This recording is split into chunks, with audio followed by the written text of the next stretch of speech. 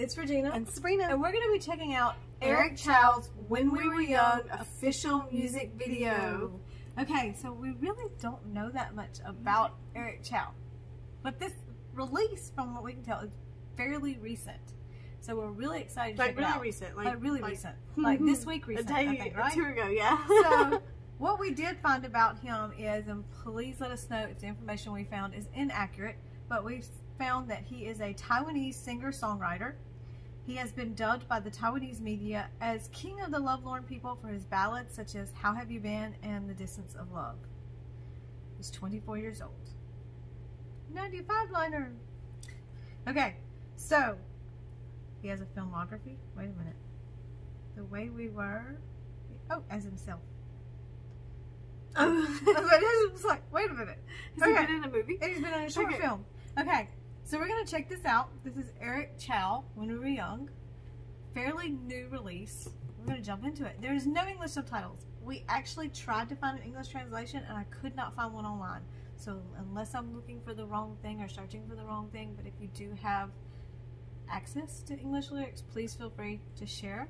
But we are just going to enjoy the music video and the journey, because this is a new artist for us. This is it. I've never heard him before, so I'm excited. I haven't either. That's why I'm excited. Okay.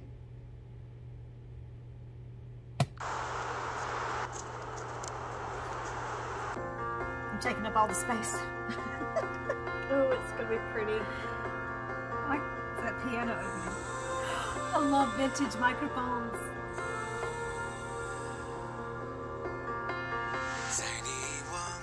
Ooh, his voice is getting...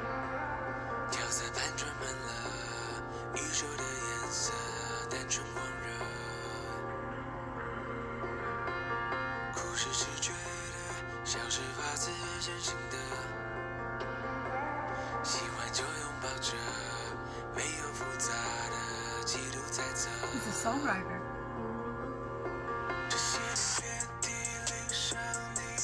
That beat. Really sick. That looks like our first car.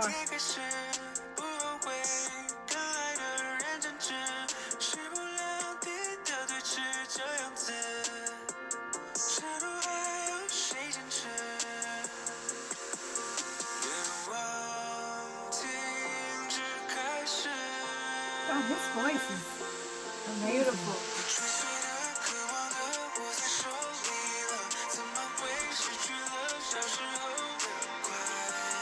He is not having good luck.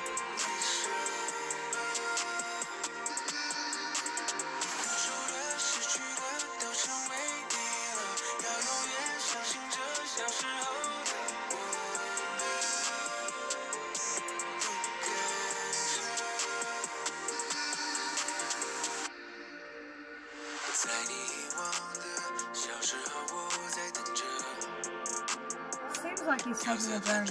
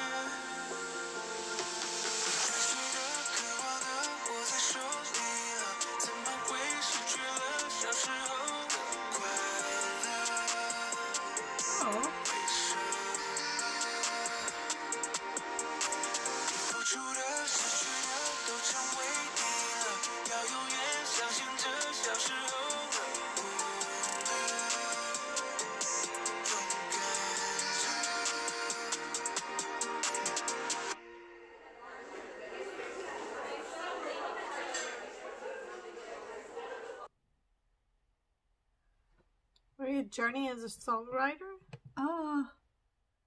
You know, I'm not sure, but it was like, I don't know if that was meant to be sad or not, but dang my heart. At first, when we first started, well, obviously his hair's different from the singer, so you almost like, you feel like you're watching his journey, but it's not. Almost like, at first you think it's almost like you're watching himself to where he is now. Yes, that's exactly what I was trying to say. Unless there's another character that's playing him, you know. But, wow. I got two things. You know what it did to me, though? I'm not really sure of what the concept of it, other than like a journey, like what you said. It kind of seems like that. But like, remember when we were kids and we moved like a lot. We moved so much because we didn't have the money, as our family was really poor. So we moved consistently. I think we went to like 6 different schools in like 4 years. It was a lot. So we moved a lot because we were evicted a lot. And seeing him like constantly on the move, reminded me of that.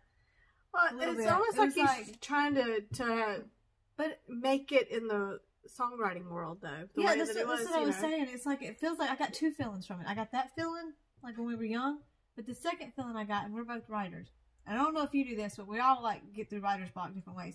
My favorite thing to do when I'm blocked, or if I just need to think, is to take a drive. Take a drive and listen to music. Take a drive and listen to music, and it's almost like I'll take road trips even. Daydream. It's almost like you're daydreaming, but you're daydreaming the story that you want to tell in your head. Like when you need to write it down, you need to get it out. And so, like, I'll even take road trips.